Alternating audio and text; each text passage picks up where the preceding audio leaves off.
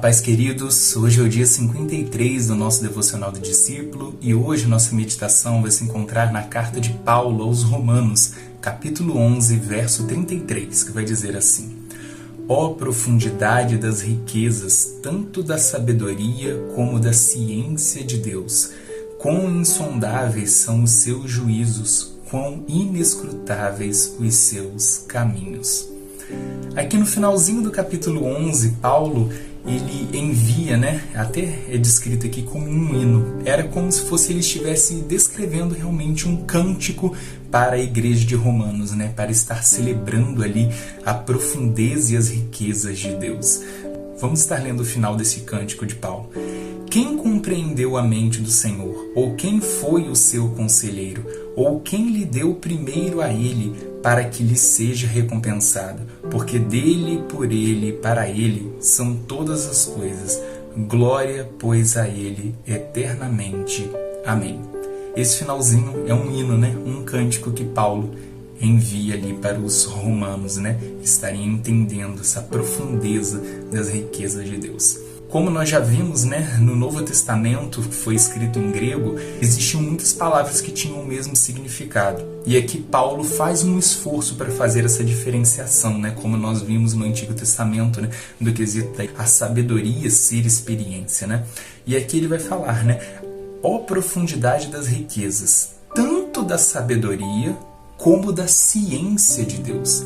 Ou seja, ele deixa muito bem claro que a ciência é o entendimento, o conhecimento, o nosso saber mental, o saber as coisas. Agora, essa riqueza que é a sabedoria, que ele deixa aqui separado da ciência de Deus, essa sabedoria é o que nós estamos falando das nossas experiências. E ele vai dizer que são insondáveis os seus juízos, quão inescrutáveis são os teus caminhos. Então, a sabedoria de Deus, os juízos de Deus, a perfeição, a magnitude de quem Deus é inexplicável, é insondável. A justiça de Deus, tudo que Deus é e representa, ele é muito mais elevado do que tudo aquilo que nós, seres humanos, podemos alcançar, imaginar ou até criar. Nós somos acarretados de muitos dons que Deus impute em nós. Nós temos criatividade, nós nos desenvolvemos, nós nos aperfeiçoamos, nós edificamos coisas, nós fazemos criações, nós inovamos em muitas coisas, mas ainda assim, toda essa capacidade que o ser humano tem de criar, de inovar, que são dons que vêm da nossa criação, do nosso Pai, que é o Criador de todas as coisas, essa inspiração em nós vem de Deus, a palavra fala que tudo vem de Deus, até mesmo a vontade nossa de adorar ao Senhor vem dele mesmo, Por isso que todo ser humano possui essa índole, esse impulso em adorar, ainda que não seja a adoração devida a Deus, ainda que essa adoração seja deturpada, ainda que nem seja propriamente a uma entidade, a um ser, mas quantas pessoas, que nós vemos, veneram o dinheiro, veneram o poder, veneram a si próprios, o seu próprio conhecimento, o seu entendimento, o seu conhecimento, a sua sabedoria, o seu ego e tantas coisas, Tudo aquilo que toma o primeiro lugar, que toma o centro do nosso coração numa tentativa desesperada de estar tentando tampar buracos, tentando saciar a nossa alma de algo que somente o eterno pode. A nossa alma foi criada por um ser eterno, por Deus. Então é impossível que coisas naturais saciem a nossa alma.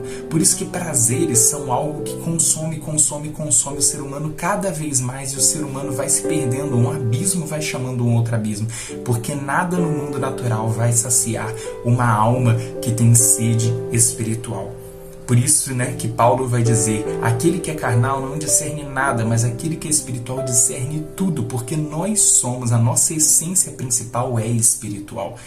A nossa essência ela foi deturpada na queda do ser humano. O pecado nos distancia de Deus, mas ao sermos reconciliados, purificados por Cristo, nele nós temos o resgatar da nossa vida. Nós passamos de uma constante de pecar e tentar numa falsa ilusão alcançar a santidade. Isso é impossível para qualquer ser humano, mas nós passamos a agora ser ali restituídos na nossa aliança com Deus E nessa reconstituição, né, nós nos tornamos pessoas capacitadas, purificadas em Cristo, agora a combater o pecado todos os dias. Então é uma constante luta da qual nós temos, né? E é muito interessante porque Paulo aqui no seu cântico ele vai estar falando, né, quem compreendeu a mente do Senhor?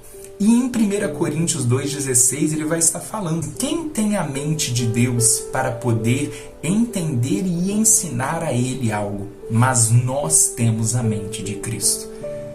O nós termos a mente de Cristo é estarmos arraigados no corpo, na videira. A videira é Cristo. Nós, sendo o corpo de Cristo, nós participamos deste corpo do qual recebe todos os comandos da cabeça, que é Cristo.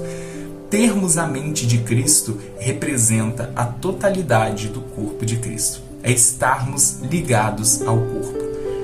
Um corpo que tem suas dificuldades, suas desavenças, mas ainda assim é o corpo que Cristo está aperfeiçoando. A palavra é muito bem clara. Aquele que começou a boa obra é fiel para concluí-la até o dia do Senhor. Seja esse dia no coletivo, no dia em que o Senhor realmente voltar para buscar a sua igreja, ou no nosso dia individual, se nós formos antes do dia do Senhor, do dia dele voltar. Então que verdadeiramente nós possamos estar tendo essa compreensão. E como diz o 36, né? Porque dele, por ele e para ele são todas as coisas. Glória, pois, a ele eternamente. Amém. Não é sobre nós. Não é sobre o que nós podemos dar ou fazer para Deus. Nós somos totalmente dependentes da graça e da misericórdia do Pai. Mas é sobre Ele. É tudo por Ele, para Ele. Tudo para a honra e glória do nome dEle. Que verdadeiramente o nosso viver seja para a glória do nome de Deus. Assim como diz a palavra, né? Tudo aquilo que pedirdes em meu nome, isso recebereis. Não é sobre o nosso eu. É quando nós pedimos coisas que Jesus pediria. É sobre pedir, querer e fazer tudo para a honra e glória do nome do Senhor, para o reino de Deus nessa terra, para verdadeiramente o nome do Senhor ser glorificado. Jesus era muito bem claro, né? O meu pão, o meu alimento é fazer a vontade do meu Pai. Então que verdadeiramente o nosso pão, o nosso alimento, a nossa vida, o propósito da nossa vida, a razão de nós existirmos, seja para dar glória a Deus enquanto nós vivermos. Amém, meus irmãos? Vamos estar orando. Senhor, nosso Deus e nosso Pai, muito obrigado por mais um dia de vida. Toda honra e toda glória seja entregue a Ti. Muito obrigado por mais um dia de vida, Pai. Muito obrigado por, Senhor, ter nos resgatado de nós mesmos.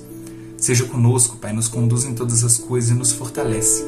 Nós precisamos de Ti, nós clamamos pelo Teu auxílio, porque sozinhos nós não conseguimos, mas em Ti nós podemos suportar todas as coisas. Capacita-nos, Pai, transforma-nos e nos dê, Senhor, senso de pertencimento ao Teu reino, e que o nosso propósito seja, em todos os momentos, glorificar o Teu nome. Que morra o nosso eu, o nosso ego, e que a nossa vida seja para resplendor da Tua glória. Nos capacita, nos ilumina e nos transforma e nos direciona em tudo. É isso que eu peço em nome do Teu Filho Jesus. Amém. Amém, meus irmãos. Tenham um dia abençoado e lembrem-se, sejam em todos os lugares que vocês forem discípulos de Cristo. Deus abençoe vocês.